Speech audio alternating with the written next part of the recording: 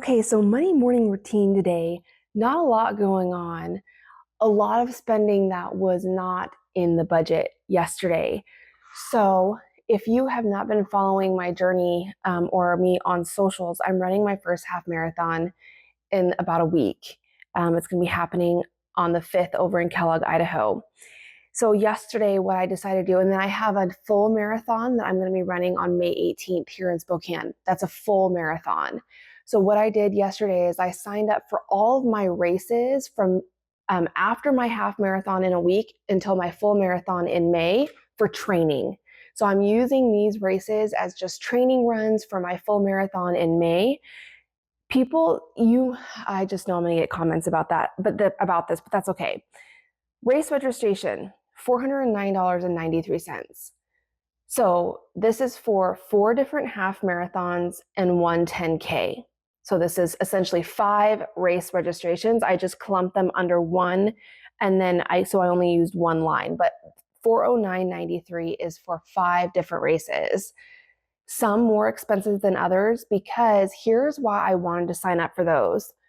The longer you go and wait and you get closer to those race times, the more expensive they're going to be. If you register for them way out in advance, the cheaper they're going to be. So I sat down yesterday and I'm, registering for races that aren't happening until spring of next year. So those races were maybe $50 registration. I had signed up for a Halloween half marathon that's going to be happening at the end of October. Well, that's coming up really soon. So the race registration price is higher. The closer you get to the race time, the more expensive the race registration is going to be. So that half marathon, that Halloween half marathon, was over $180. So the half marathon is obviously more expensive than the 10K. The 10K, the only reason I signed up for that is because it's getting really close to my full marathon date. And so I don't want to do anything that's going to overexert me in training right before that full marathon. So that's what that is. Remember, we all have different values and goals and hobbies and things that we enjoy spending our money on. So here's how I afford this. $409.93 is not cheap. So I let my checking account cushion eat that price. I signed up for them online. So I couldn't pay cash for them. I signed up for them online. You get the whole race day experience. You get the finisher day t-shirt for free. You get the free finisher medal. So you get all of that. There are things that come with it as well. You're not just racing. However, I did let my checking account cushion eat that. So I'm down to $878.51. Now, I do still have some bills coming out. And the reason I was looking at this is because I said, okay, $878.51 after the race registrations, and I still have Netflix and YouTube TV. You can see right here, these 2 white blank boxes, life insurance and YouTube TV. So that's about, I would say, $100. Rounding up, $100. I had, looking at that, I'm like, okay, when my bills come out, I'll have $778. So $778 in my checking account. So am I okay with that? Am I okay with using my checking account cushion for such a large? Yes. I still have money in there. Is it my $1,000 that I like to have? No, but I'll just rebuild it as I budget for it every single month. I budget for my cushion $100 every month. So I'll just take a couple months and replenish that cushion. So that is one thing that I wanted to talk about. Now, another thing I need to talk about and be very real about is eating out. We did it again last night. I had my first chiropractic appointment, sports chiropractic appointment for my knees.